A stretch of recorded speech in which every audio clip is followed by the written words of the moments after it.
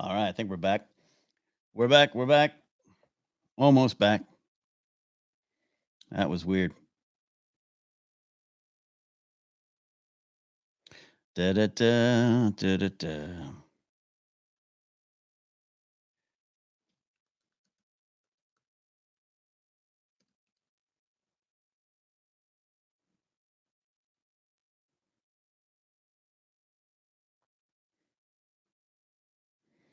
Oh, Lauren's back.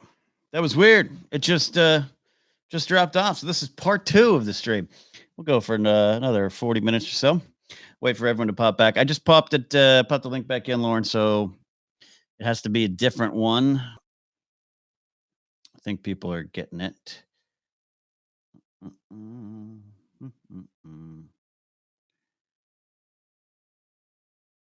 If you want to pop back, Lauren, and let people draw attention to it, that's good. But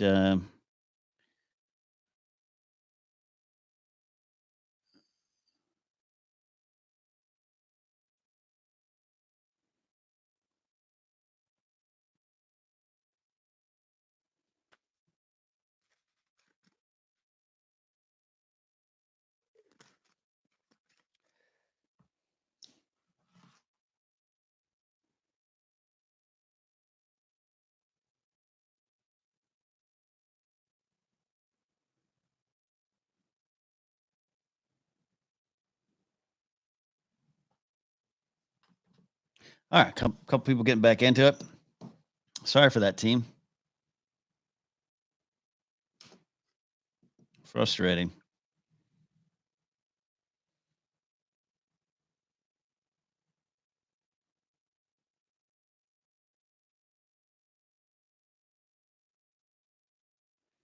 Going good so far, Lauren. You happy with that?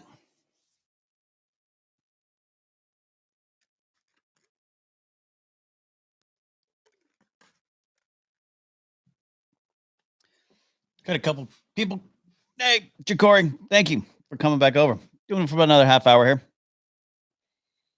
Just everything. My entire Google Chrome just poof gone, went away. The dark side of the Force works in mysterious ways. Do it. All right, we got Jacqueline, Lauren, Ja'Cory. You can start asking questions if you guys got it, unless you're bored talking to me here. Sorry about that. Yeah, again, especially if you're an admin, let people know the new link. I just posted it in the Facebook page.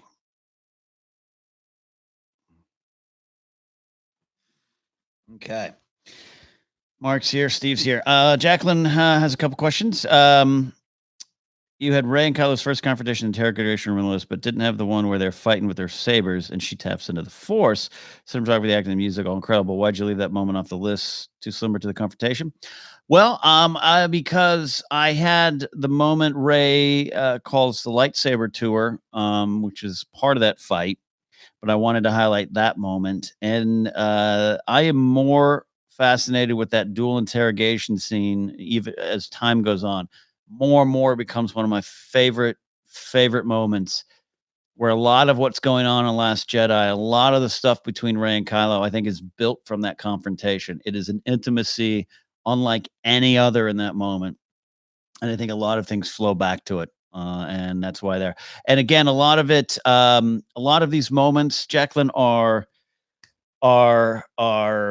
small. They're small moments. Again, I go to the Leia, the eyes of Leia on Crate. That I think I timed it. It is not even 2 seconds, and that inspired pages in my mind. So that's the kind of the stuff I kind of wanted to cover more than these giant fights. Even like the throne room fight. There's a there's a version of essay number 59 that is not just that's the Kylo Unchained moment, but I had the whole fight written, and I didn't like it. My editors didn't really like it, and I had to break it down to smaller moments. So that's kind of where it goes. Them over there in Greece asks, I like the things you read about Obi-Wan's death. Did you understand the meaning of the first time you watched it? I did it. No, I did not, Them. That's a great question, Them. Yeah, yes, in a way, you learn Obi-Wan dies, and it means something to you if you watch it as a young fan, as it should. And I wanted to write about that. Obi-Wan in A New Hope is the grandfather that shows up to keep you safe in this strange, weird world, and so you have that connection to it on that level. But as you go on, the story, the Obi-Wan's death just means more and more, and I think that that's important as fans to remember that too. There's always going to be more layers, but Star Wars is real simple at its core, and so that means you can kind of grow with it. And I hope that kind of came across there. Thanks, Jacqueline, for posting the page. Chad Benefield asks, Lauren's asking on behalf of him, how much does the environment of the moment influence the moment for you? Music, writing stuff, visuals, stakes before the results after. I think a lot of it there. I think when a moment grabs me, all those things are working. But a lot of times it's just how you view Star Wars. The Porg moment. I wrote about the Porg scream in the cockpit of the Millennium Falcon. I dare say the writing style, the visual, and the music, are there. But what just grabbed me was this Porg screaming. So there's some stakes, and there's a deeper level to it if you're open to it, and that's what I want. I don't want people to. I don't want to say I want anyone to learn anything from my book. I think that's that's weird to say, but I wish more people would watch Star Wars as I do, or Joseph Scrimshaw does, or Jennifer Landa does, of just watching with your heart and not your mind, and not worrying about plot holes and canon details and all those kind of things. When you watch Star Wars, it's the story that unfolds in front of you, and these deeper connections and themes to what came before it, what will come after it. A Porg screaming on the Millennium Falcon because he's part of the fight will inspire you more than if you're worried about where were the Porgs in Episode 7. Yeah, if you get it. Save a seat for Schnepp says, just rewatched The Last Jedi commentary by Force Center. Love the simple moment when Rey feels the water dripping off the Falcon. What a human moment. Yeah, that's a great moment. That's a great moment, and potentially one that could have made the list. I think I have a lot of stuff about Rey from nowhere, Rey's upbringing. So I think I covered that ground, but I love that moment. It's a powerful moment. And again, I think that's easy to miss for some fans, not all fans. But Rey holding out her hand, much like Rey flying into Takodana and being like, "Oh, I've never seen so much green in my life." Like, those are powerful moments. What are my hopes for the Cassian Andor series? Is Mark Moynihan. I want some spy thriller stuff. I want some morality of good and evil and the shades of gray that we play with, and making the choice to be better. And I really specifically, I hope Cassian runs into some characters we know, including Saw Gerrera, Edrio and Benthic, Two Tubes, Enfys Nest, those kind of characters. I would love to see the galaxy in that time period.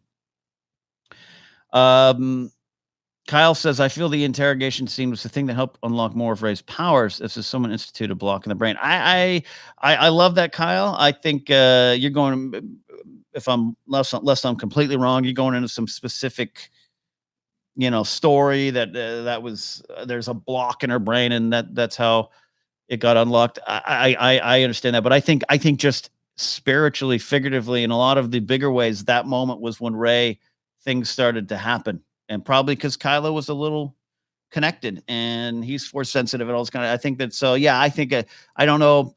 Again, maybe I'm getting what you're saying wrong, Kyle. I think you and I are on the same page of like that is the moment that the force really kind of woke up in her after a bit, it being probably just around her for a while, whether it was specific or not by design, meaning it being blocked.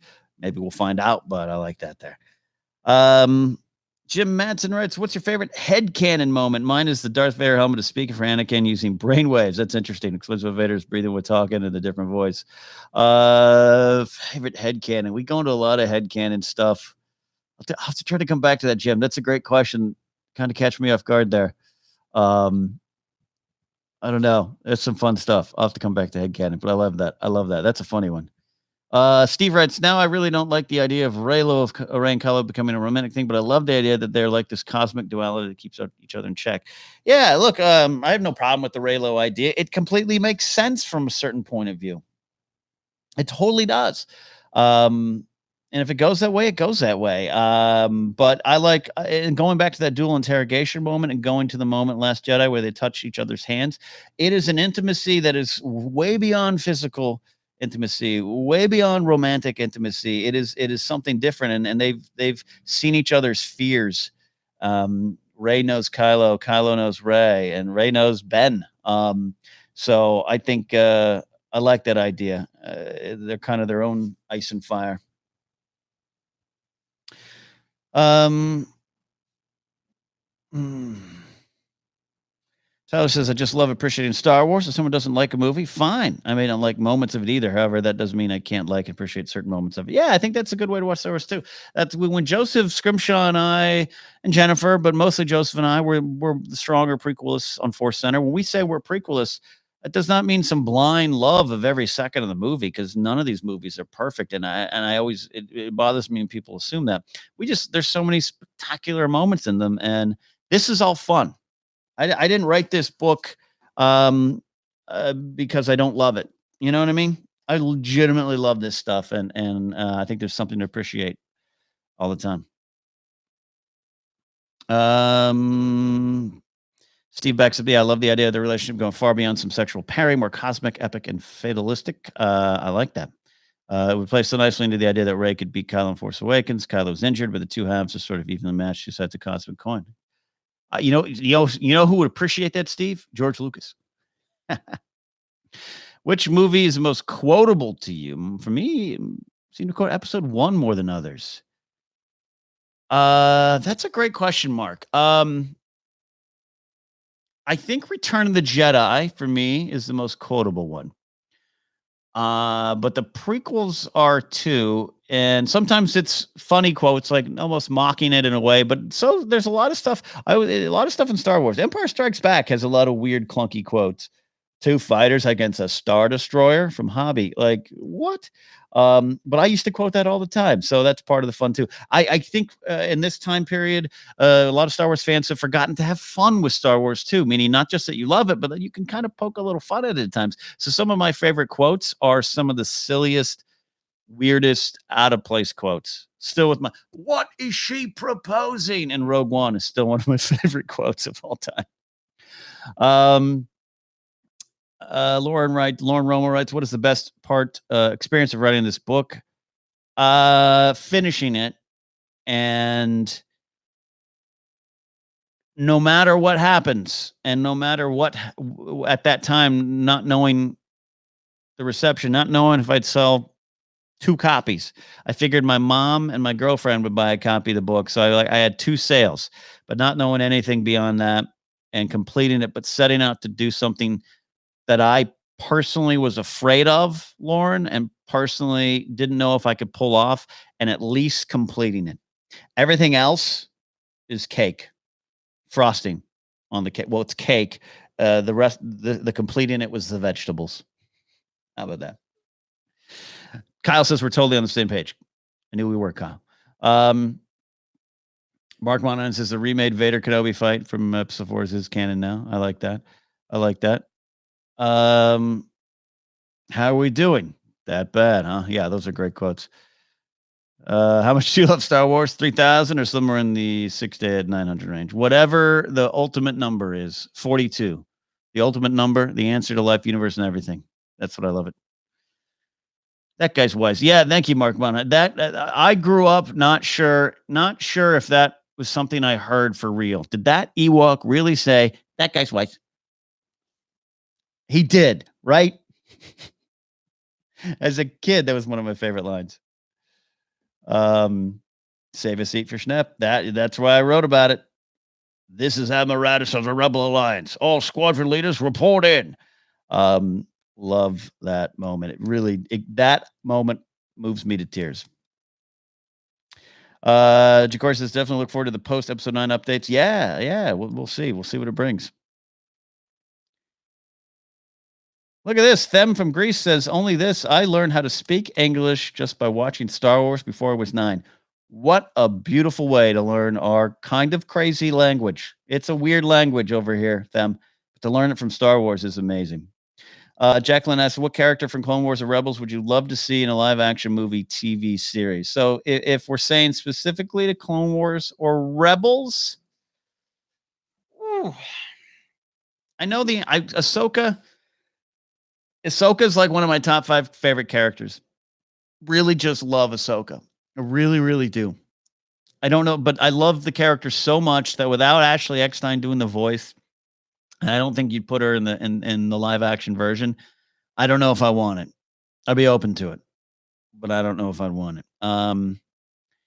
Rex is another one, and we're not getting into the whole Rex and Return of the Jedi controversy. Just a fully functional Rex in Cassian Andor or something like that would be good. There's a lot of choices though. Sabine, Kanan. There's a lot of choices. And because my answer for like overall book, comics, video games, I want Ray Sloan in like Cassian Andor series as like a captain or a lieutenant coming up the ranks. I want Iden Versio. Put Janina Gavankar on Cassian Andor series. There's just no way. It have to work. Do it. Do it. And Dr. Afra. What is something within the galaxy that you're speculating responsible about for the new set of films, be it D&D or Ryan? I do think one of them will be doing the formation of the Jedi Alliance, whether it's specific Knights of the Old Republic, all this stuff. I do believe we're going back that time frame, and that does get my mind wandering. So speculate responsibly, as we say on Force Center. Save the dream. It's a great line. I love, by the way, slap the flipper down, Apparatus. I love Forrest Whitaker, Saw Gerrera. I think it's awesome, and it's over, and it's Star Wars. It should be over the top at times. Power, unlimited power. I mean, that's one of the greatest all time over the top moments, and I love Saw Gerrera. Did you come here to kill me? Did they send you here to kill me? I love that moment. Are we not friends? Chance, right? Thoughts on Werner Herzog being in The Mandalorian? It was a bit of a trip to learn that he was playing a role. Yeah, it's hilarious to me. And seeing the scene that he was in, or at least one of the scenes at Star Wars Celebration, there's a lot to the scene that I love, and it was great having him there. And I just love that he kind of doesn't even really know what Star Wars is. I've really seen him. Dan Allen asks, why does the Lucasfilm want to do bounty hunter materials, movie, TV shows, so forth? I love the bounty hunters from Empire Strikes Back. Yeah, bounty hunters, we talk about that a lot on Force Center, Dan. Bounty hunters are a very key part of Star Wars. Definitely, Solo, you get a lot of there's no specific bounty hunters, but they're mentioned. So we can get a little bit on the underworld. I wouldn't be surprised you start seeing more of it, Dan, in Mandalorian. People do love bounty. I love bounty hunters. I think it's a thing. It's part of Star Wars. So you'll get them. I think it wouldn't play into the sequel trilogy as much. It makes sense to me that they're not in the sequel trilogy, though there could definitely be a place for them. But I think you can get more stuff, Dan. Keep the faith alive there.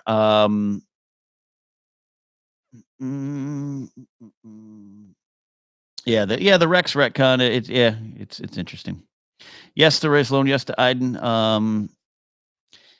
Tyler says, "Want Ashley to play Ahsoka in live action? She'd totally work with more professional artists to make it." She wouldn't. She wouldn't. They just wouldn't. It's just unfortunate, but she would not be cast as Ahsoka. What would you think of the Dirty Dozen style Rebel story? Would you rather see it in comic books or TV or movies? TV series.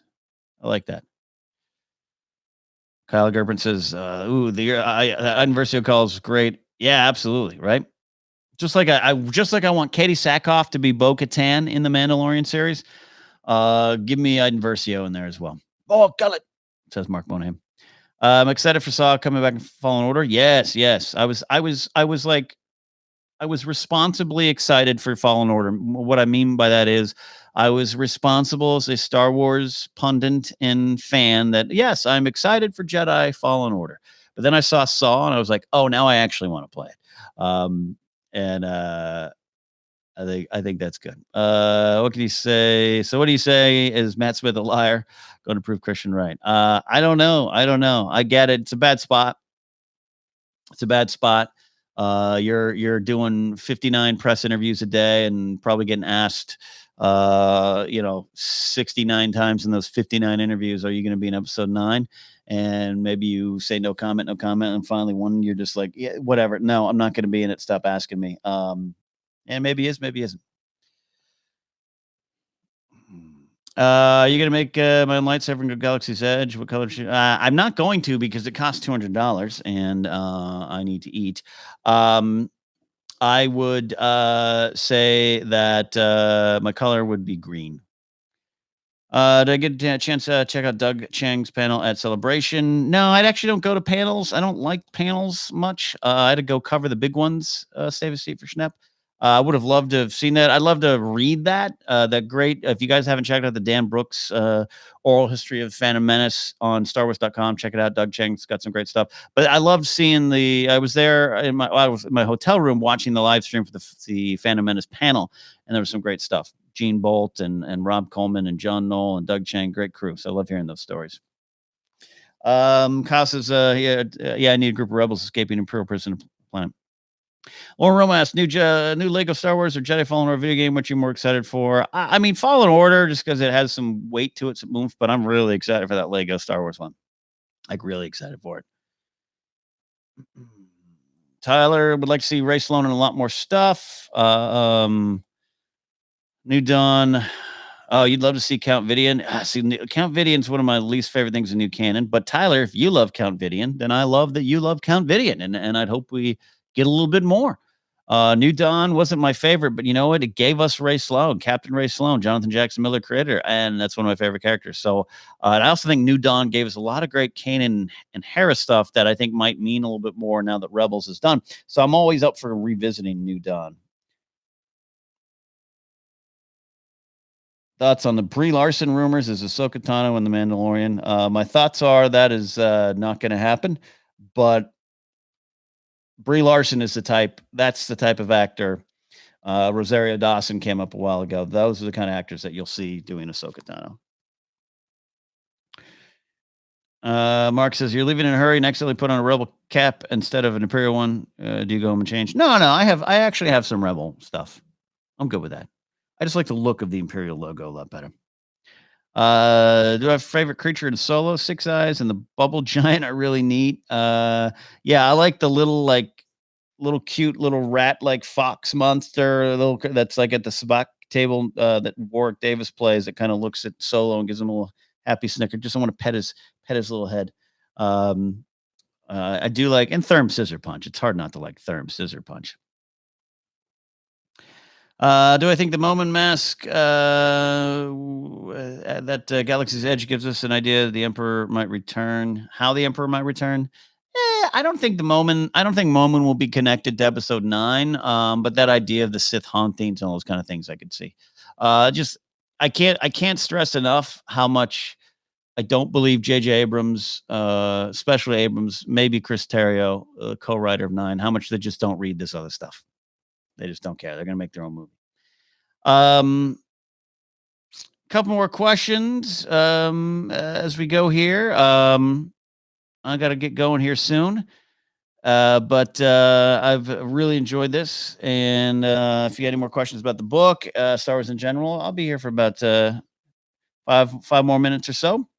And then I got to get some stuff going on. If Palpatine returns in the flesh, will he use a lightsaber? No. It's a good question, Mark, but I'd say no. Save a seat for Schnepp. Thanks for doing this. Oh, no. Thank you. Look, I'd be talking into a microphone if you guys weren't here.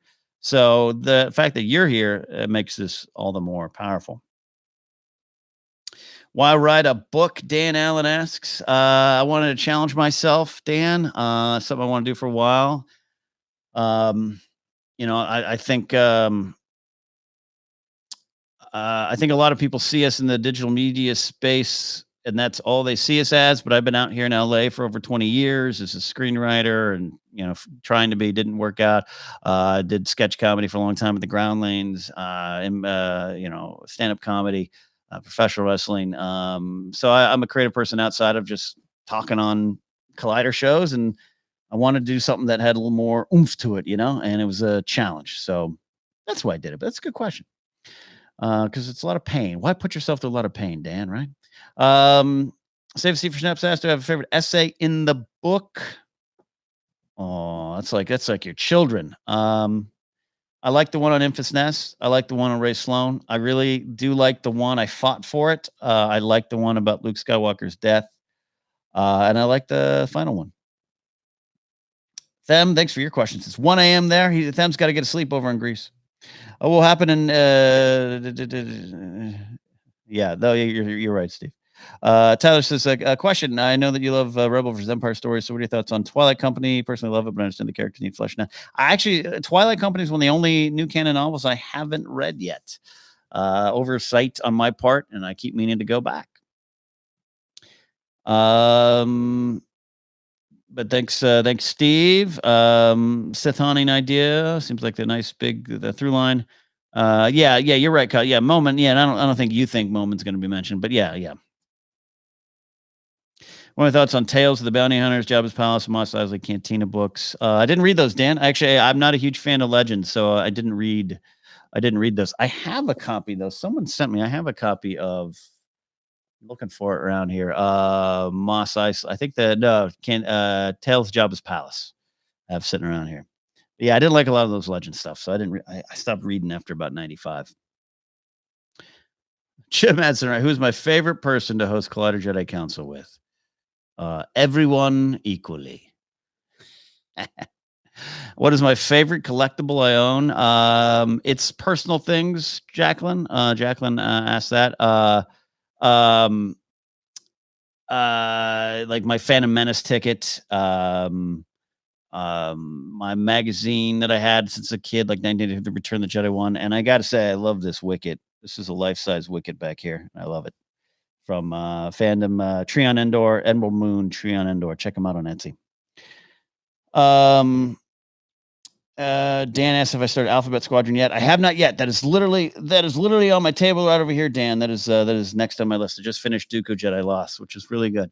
Robin, what do we got? Rob asks, have you reached a point during your Star Wars fandom that keeping up with Star Wars felt like work? How do you find the happiness of Star Wars if you did? It's a great question. I get having a lot of, yes, there's times where talking about it sometimes feels like work, or sometimes you feel like you have to get to it. Alphabets, I'm so looking forward to Alphabet Squadron, which Dan just asked me about, but there's a book I want to read about the history of Kids in the Hall. There's a book I have on like the Templar Knights, like all these like silly. I want to read those. But I can't. Sometimes I feel like I can't take a break, especially with the comics too. I try to keep up with the comics. I just kind of had to back off on them. But other than that, Rob, it's never really become work. Even there are times when with Force Center, we record sometimes 6 hours of content a week. And I'll still put on a Star Wars movie when I'm bored.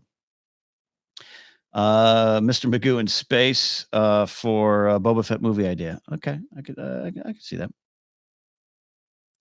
Phantom Menace, I just found like 2 months ago. Yeah, but that's the point, Steve. I thought I had lost it. I thought I was long gone, and then it fell out of the Phantom Menace novel because I used it as a bookmark. And I was like, it's still in my life. So it's still there, and I'm still using it as a bookmark because I'm almost done rereading the Phantom Menace novel. And that's an example. So going back to that question, I had just listened to Dooku Jedi Lost, just read Master and Apprentice, have to read Alphabet Squadron. When I'm not reading those or listening to those, I'm finishing up the Phantom Menace novel just kind of for myself. So I still love it. Are you glad to see Game of Thrones has ended? No, I was glad. I love season 8's one of my favorite seasons of Game of Thrones. But the discussion around it got so kind of bad, Dan, that I was relieved to not have to discuss it much anymore. But my podcast, Casterly Talks, still goes on because we're talking about the books, World of Ice and Fire, getting ready for the prequel series, looking back. So I still enjoy it. All right, couple more questions. Dan, thanks for your questions. Tyler, thanks for your questions and comments. Ja'Cory, I don't know if I'm saying that right, but I like that name. Tyler, Steve, Kyle again, Mark, Jim, Rob, Jacqueline. Scrolling up the list here as I want to give you all credit. Save a seat for Schnepp. Thank you for your questions today. All of you, Lauren. I can't thank Lauren and Jacqueline and Chad and all the admins for this group for being so nice to me and the Force Center crew. So I like that there. Thank you, Rob. My passion is so affectionate for what it's worth. Your optimism does keep me happy with stars. Thank you. I appreciate that. If Star Wars isn't making you happy anymore, that's fair. Just you could step aside. You can step aside. I had to stop eating lasagna after a while because it was giving me too much heartburn. You just got to step aside. Don't keep putting that lasagna down your throat if you don't like it. Thank you. Save a seat for Snap for the round of applause. Dan says, "Are you coming back to Orlando for the Schmodown in October?" I never know. We never know who's going to the Schmodowns until last minute. A lot of it depends on who gets into the matches and stuff like that. I'd love to. Orlando was fun. I'd love to go say hi to some of my friends who work over at WWE. Any advice for potentially want to go to Celebration in Anaheim? Just do it, Tyler. Save up and do it. Get a hotel when you can and do it. Shout out to Anna, our Greek admin. Yeah, thank you, Jim. Are you an admin too, Jim? I didn't know that. If you are, I'm apologize if I forgot that. I'm looking forward to the Long Night prequel, the Empire of Ash Valerian prequel. Long Night prequel.